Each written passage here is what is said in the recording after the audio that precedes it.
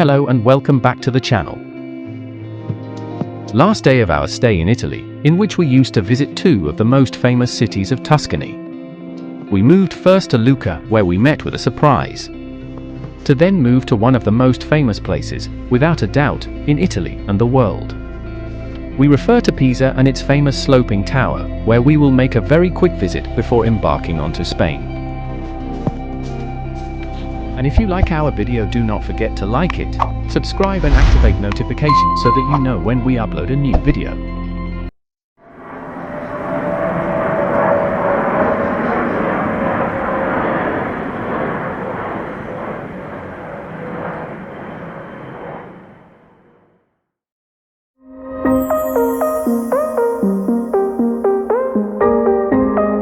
Lucca is undoubtedly a must-see if you visit Tuscany. Named the city of 100 churches for its large collection of places of worship. It is the only city-state that hasn't its independence until 1847. As for parking, there is no problem, as you have a parking lot, spacious and free, which in a short walk will take you to the historic center of Lucca, and of which as always we leave you the location in Google Maps. The historical circumstances made Lucca something like a fortified island, protected by a splendid untouched wall, which has a length of more than 4 kilometers, and that we cross through the Porta di Santa Maria, which gives us access to the square of the same name, where we encounter the surprise that we at the beginning, the fair of comics and games, which is the most important in Italy and Europe dedicated to this genre of entertainment.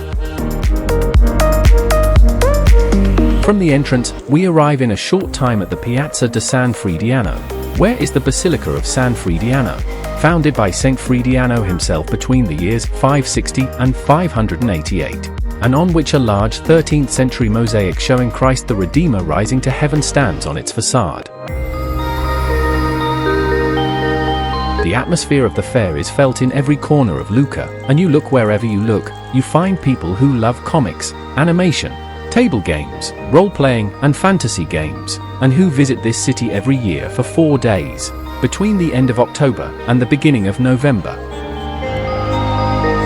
Very close to the Basilica, there is the most symbolic place of Lucca, the Piazza Anfiteatro, built on the remains of an ancient Roman amphitheatre, which was built in the 1st or 2nd century AD. During the performances it could accommodate up to 10,000 people, but when it ceased to be used it began its deterioration, building on the ruins houses and buildings that retained its elliptical shape, being subsequently reformed in 1830 to give it its current appearance.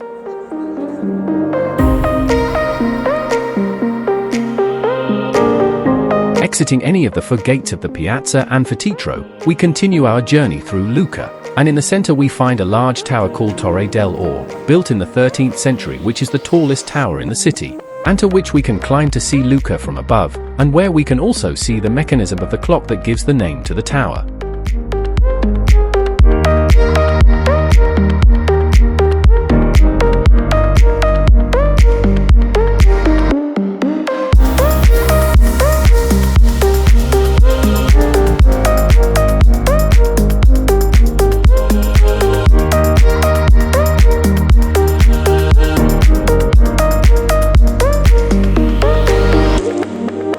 We, as always, and as is our custom, far from following the indications of the tourist signs, get lost in the small and beautiful streets of this city.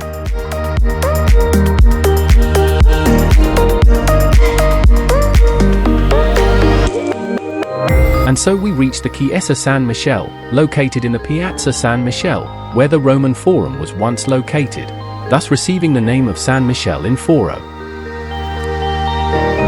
We can see a beautiful church, built in Romanesque style, being documented for the first time in the year 795, raising the current church from the year 1070, by order of Pope Alexander II. The prolongation of the works for a long time caused it to be mixed in different styles, resulting in a Gothic-style basilica with Romanesque motifs.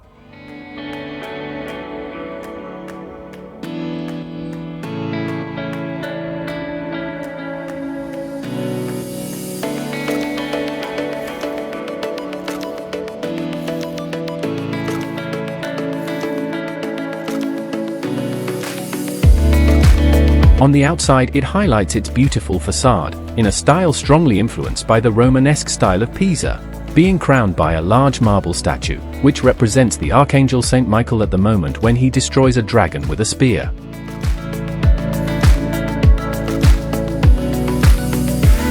The interior is equally beautiful from the outside, in which we can admire several works of art, and a marble coffin on the main altar, in the body of Saint Divino, an Armenian pilgrim of the 11th century who died in this city.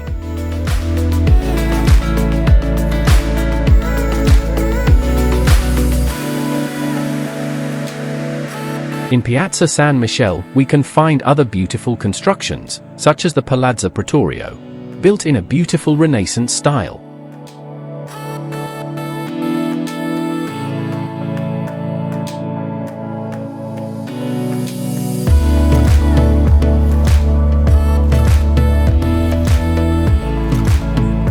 We continue to enjoy the atmosphere of the fair, interacting with the different characters we met.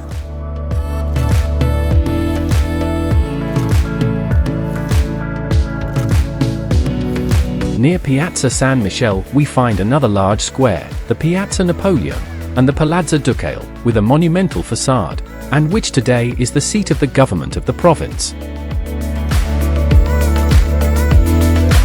The origins of the building date back to the first half of the 14th century, although over the years the building has been the subject of numerous interventions to improve its aesthetics.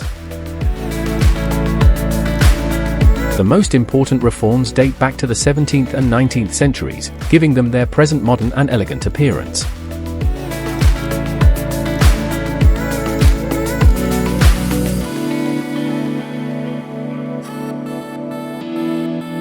We continue towards the south of Lucca, by the Via Veneto, which is fully attested by tourists and attendees to the fair.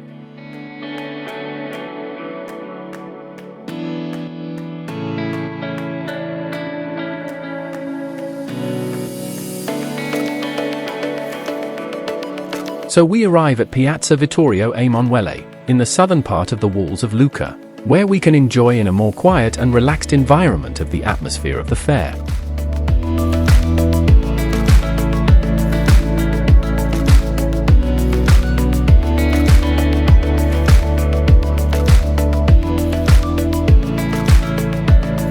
After a short walk through the walls, we head back to the interior, to Piazza San Martino, where there is the Duomo of Lucca, the Cathedral of St. Martin, which was consecrated in the year 1070 by Pope Alexander, and on the outside stands its beautiful facade decorated with columns.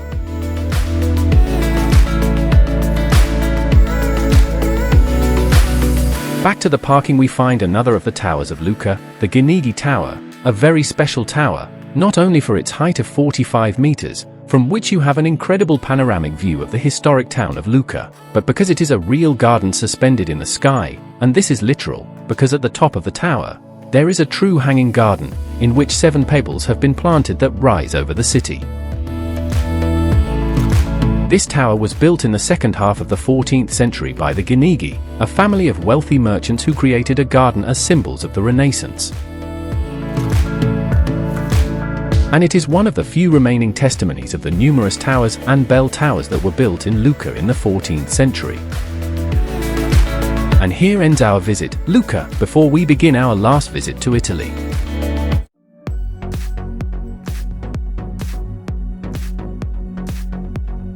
On this last visit on Italian soil, we head to Pisa, undoubtedly one of the most famous cities in Italy and the world.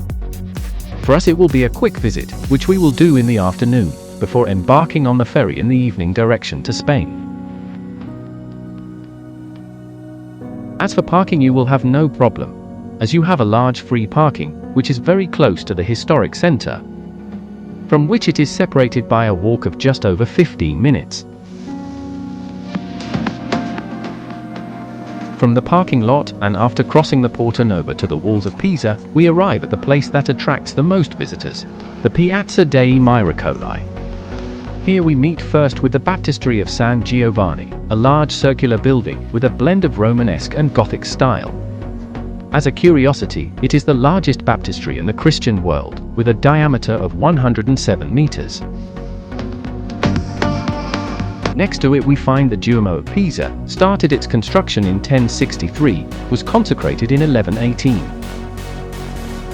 Combining elements of classical tradition with Paleo-Christian, Byzantine, Lombard, Arab and Norman styles, resulting in a beautiful blend of styles. It highlights the decoration of its large bronze doors, adorned with scenes of the New Testament. Inside you will find a beautiful collection of works of art. Although much of the original decoration was lost in fire in the 16th century, so the frescoes of the dome date to this time.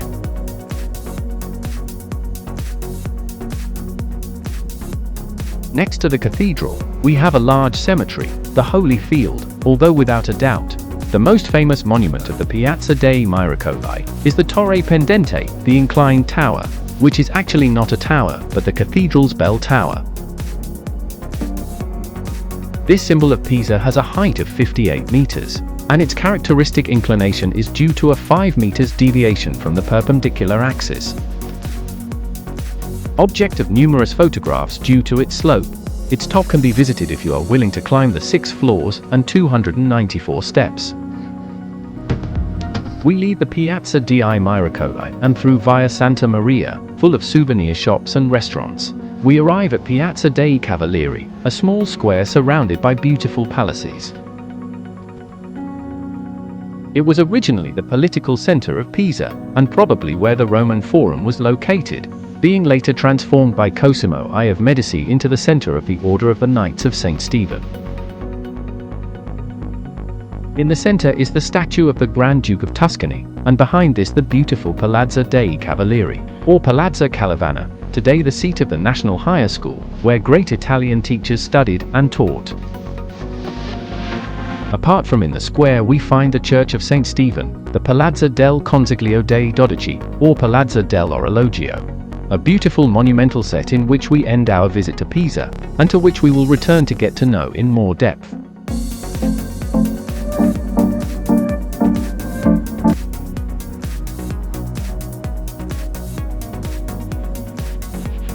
And now we end our visit to Italy, which for 15 days has taken us to know Rome, the province of Lazio and the region of Tuscany. To conclude this trip, we headed to the place of Italy where our adventure began, to the port of Civitavecchia, where the Grimaldi Line's ferry awaits us to return to Spain.